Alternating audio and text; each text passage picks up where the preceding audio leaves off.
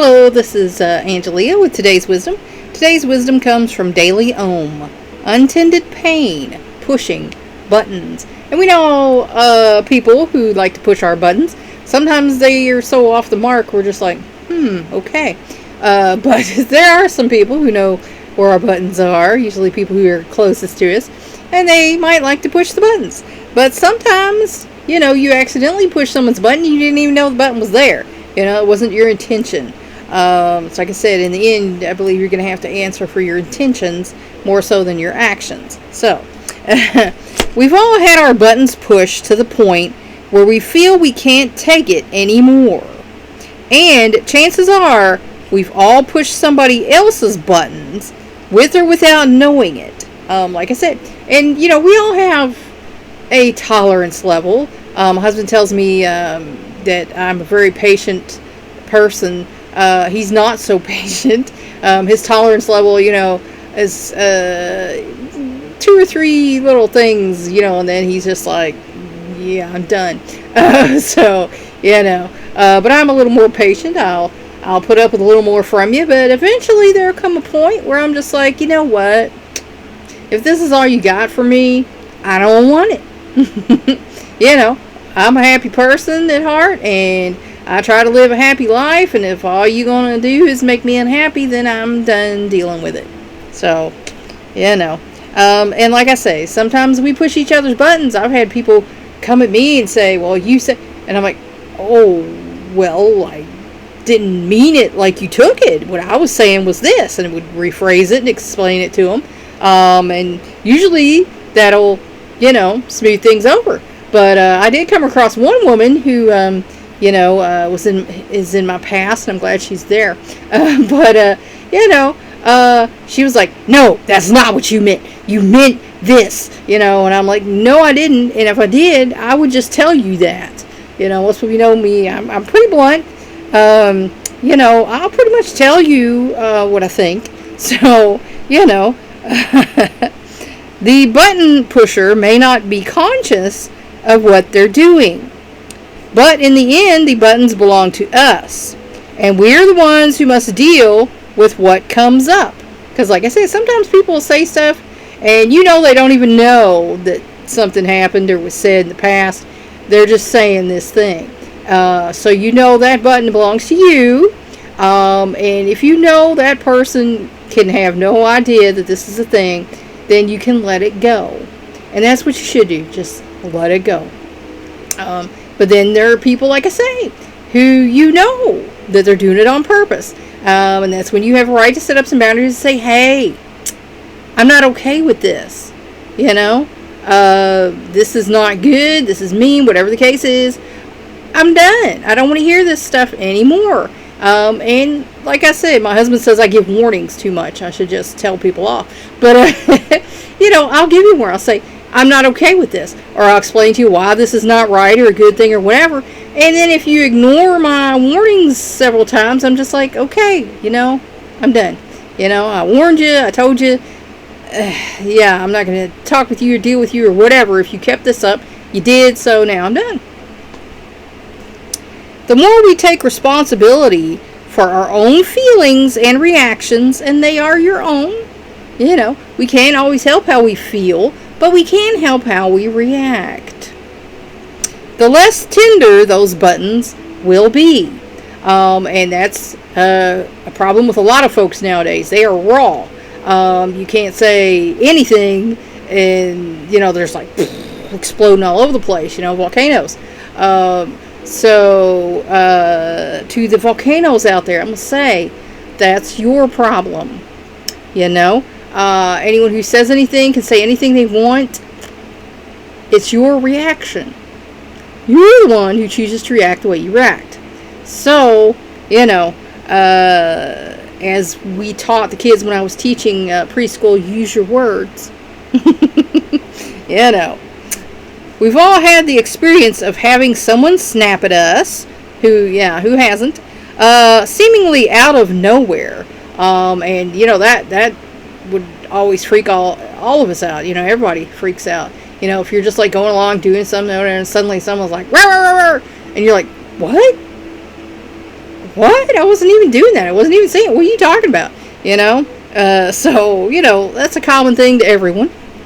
This happens when we unconsciously push a button in someone else we didn't even know was there. Like I say, sometimes we can do that. I've had some clients in the past that, their anxiety level was so high, you really couldn't work with them, and you'd have to recommend them to go to therapy or testing or whatever, and sometimes that didn't end up so good. But, you can't know what you don't know. That's just common sense. This can happen with a complete stranger, and sometimes with a person we've known and been close to for years. And like I said, with a stranger, it's probably they didn't even know that was a thing in your life.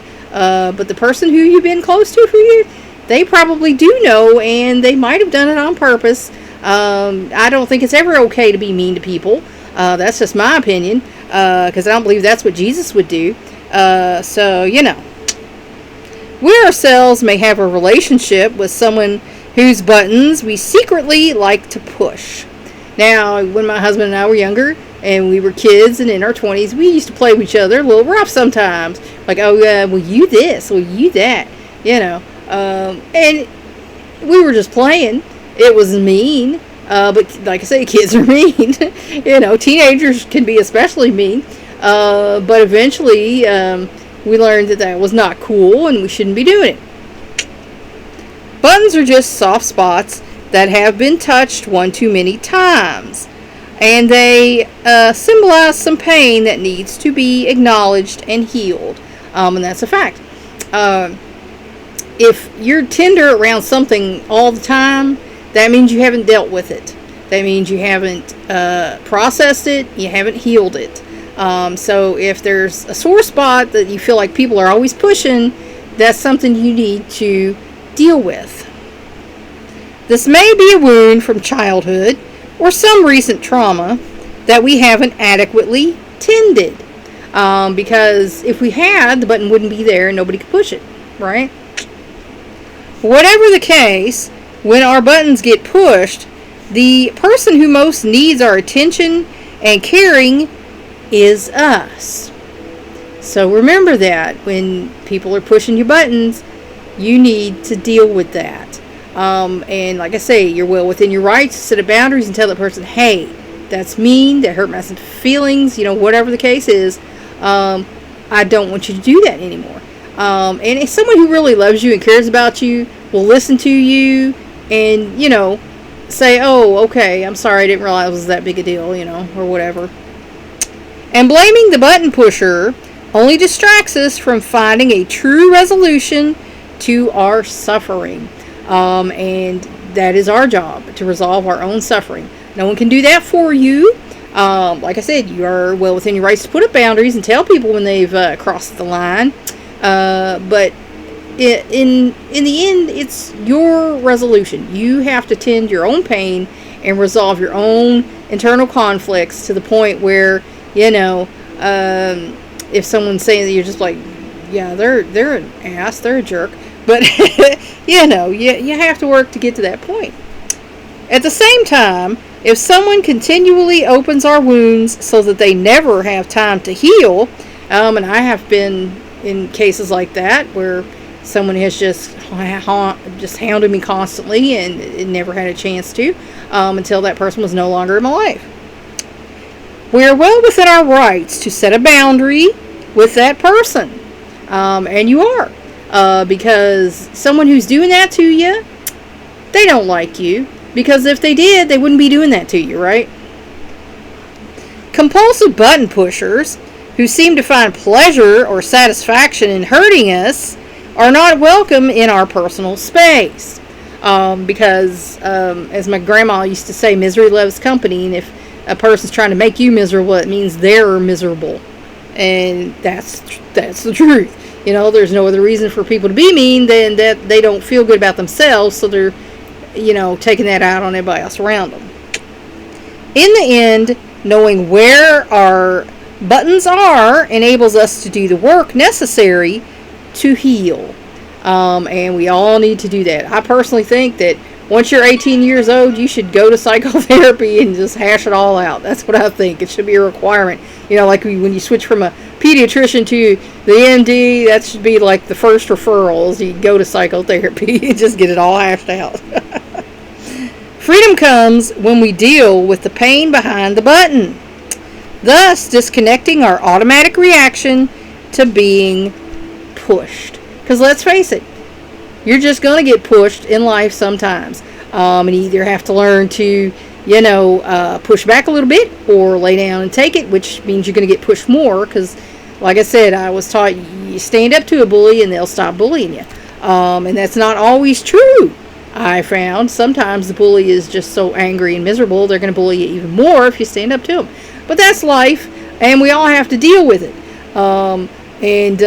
My way was probably not the most effective way, which was, to kick the bully's butt. And then then they would stop. But, I had some maladjusted ways of behaving back when I was a preteen. I fought a lot of my friends' bullies and took care of that for them. So, I was taking out my stuff on the bullies. But, so if you have untended pain and people are pushing your buttons, those are your buttons and you need to look after them and get them healed so that they can't push them anymore, or that, you can set up a boundary and say, this is not okay. Think about it. Please like and share this wisdom so we can spread it around the world.